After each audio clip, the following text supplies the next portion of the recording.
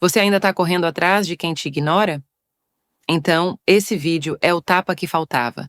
A verdade crua que todo homem precisa ouvir antes de se perder de vez, tentando conquistar quem já decidiu te esquecer. Você chegou no lugar certo. Eu sou a doutora do amor e aqui a gente fala de desejo, sentimentos e dos labirintos do coração. Se você anda se perdendo em relações complicadas, respira fundo, porque toda ferida tem cura e às vezes começa com um simples play. Tem algo profundamente doloroso em perceber que a sua entrega não gera impacto, que a sua presença passou a ser vista como obrigação e não como desejo. E mesmo assim você insiste, manda mensagem, tenta conversar, propõe encontros, faz o impossível para reacender o que está apagando, sozinho. Enquanto ela te responde com frases curtas, emojis secos, atrasos calculados, o suficiente para manter você por perto. Mas longe do coração dela, esse desequilíbrio é uma das dinâmicas mais cruéis do fim emocional de um vínculo. Você está na fase do investimento desesperado. Acredita que, se mostrar mais amor, mais atenção, mais constância, ela vai perceber, vai valorizar, vai voltar. Mas o que acontece é o oposto. Segundo a teoria do investimento parental, quando um dos lados já não está mais engajado, ele começa a reduzir a energia emocional investida.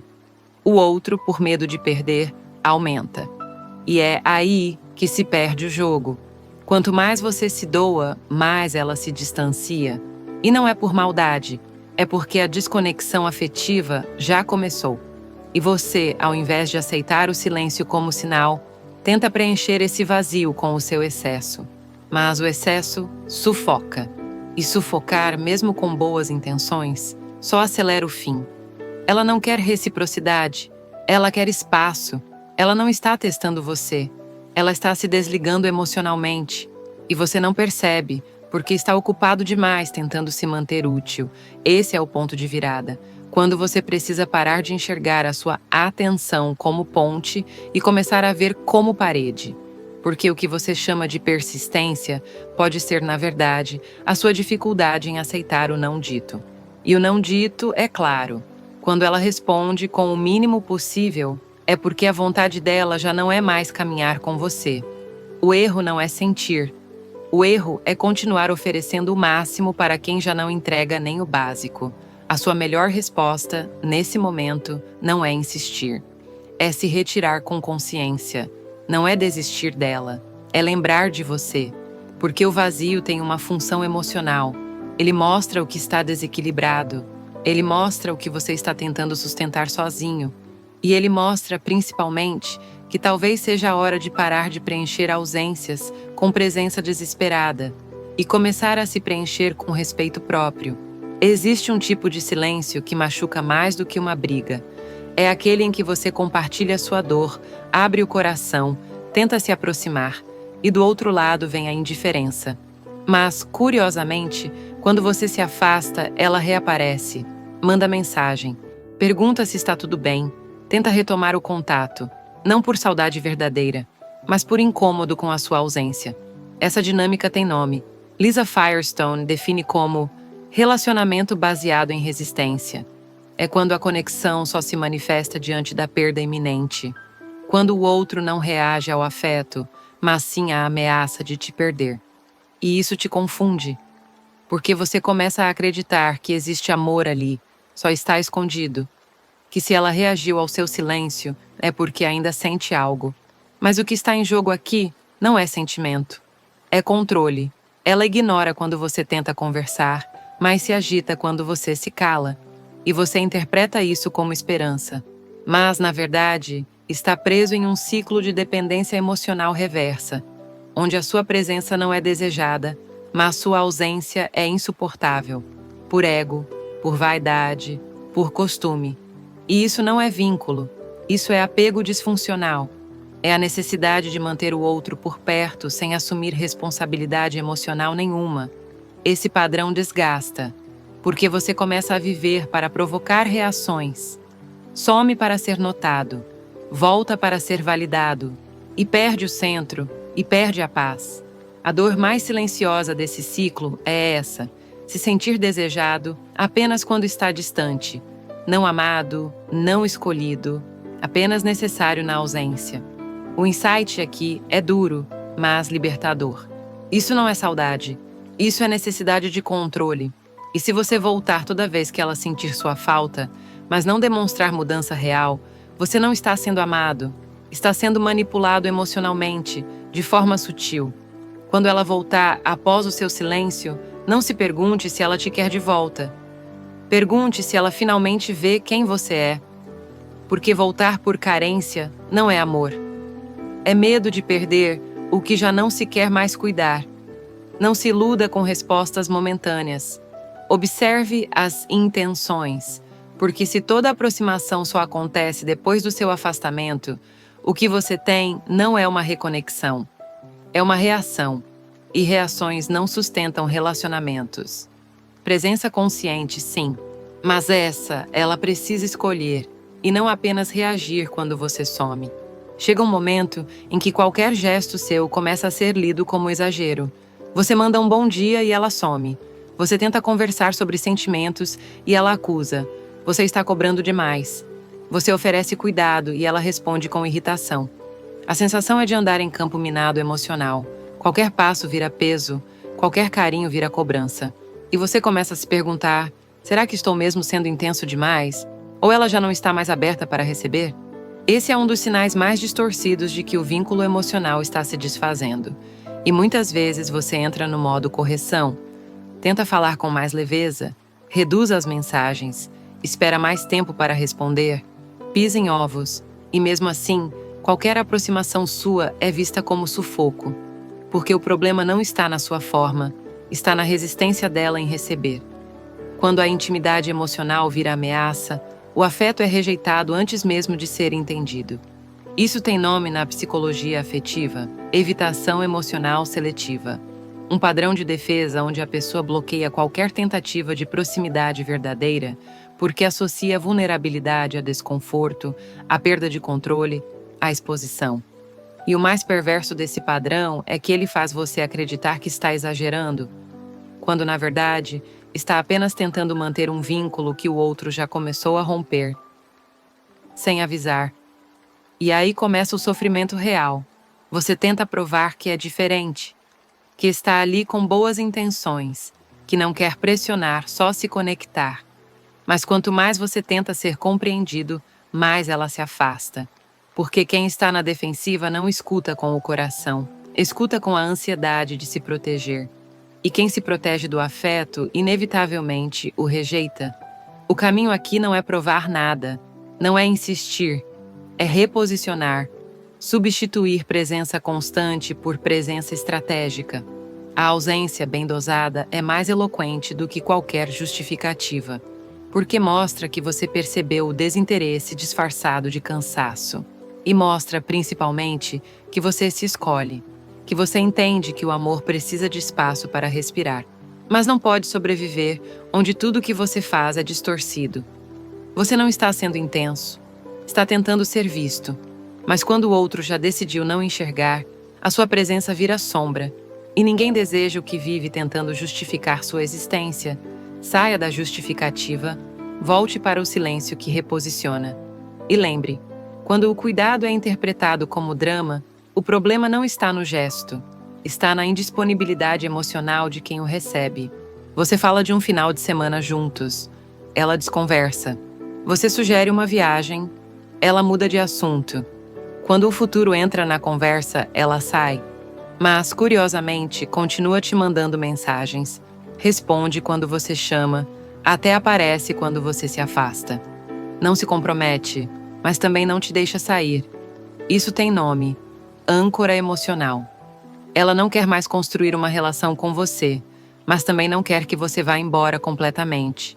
Essa dinâmica é cruel porque ela te mantém em um limbo afetivo. Você não é prioridade, mas também não é descartado. Está sempre ali, perto o suficiente para ser acionado, longe o bastante para não atrapalhar a liberdade dela. E você começa a se acostumar com esse papel de suplente emocional, com a ideia de que talvez ela só precise de mais tempo, que é só uma fase, que ela está confusa. Mas não é confusão, é conveniência emocional. Quem evita falar do futuro já decidiu internamente que não quer construí-lo com você. Mas como o vínculo ainda tem alguma funcionalidade, companhia, atenção, validação, ela mantém o contato. Só que esse contato não é conexão.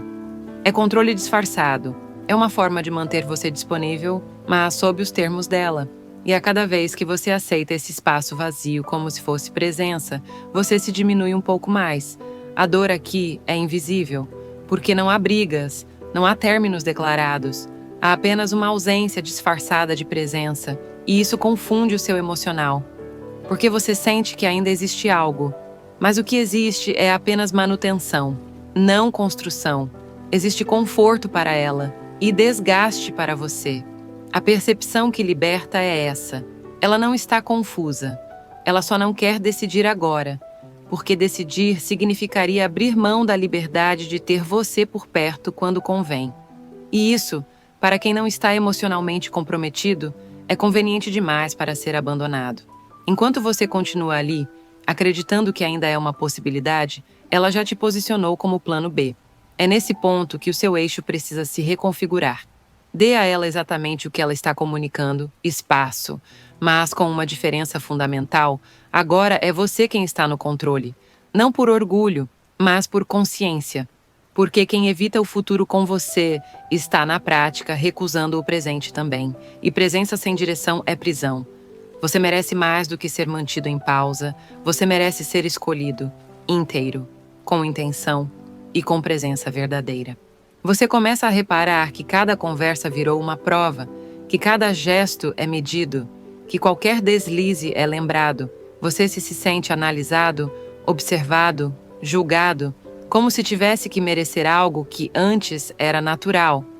A leveza foi embora, a espontaneidade morreu, e o vínculo virou uma sequência de microavaliações onde você nunca sabe se está sendo aprovado ou descartado.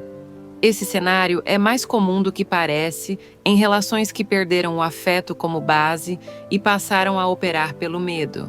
Medo de errar, medo de afastar, medo de não ser suficiente. E aí, você começa a andar em círculos emocionais. Pensa 2 vezes antes de mandar uma mensagem. Escolhe palavras com cuidado excessivo. Mede o tempo de resposta. Calcula o que antes era instintivo. Porque, no fundo, você sente. Está sempre sendo testado e nunca verdadeiramente aceito. Erich Fromm disse que o amor imaturo diz: te amo porque preciso de você. O amor maduro diz: preciso de você porque te amo. Quando o vínculo é saudável, há espaço para erro, para vulnerabilidade, para a verdade.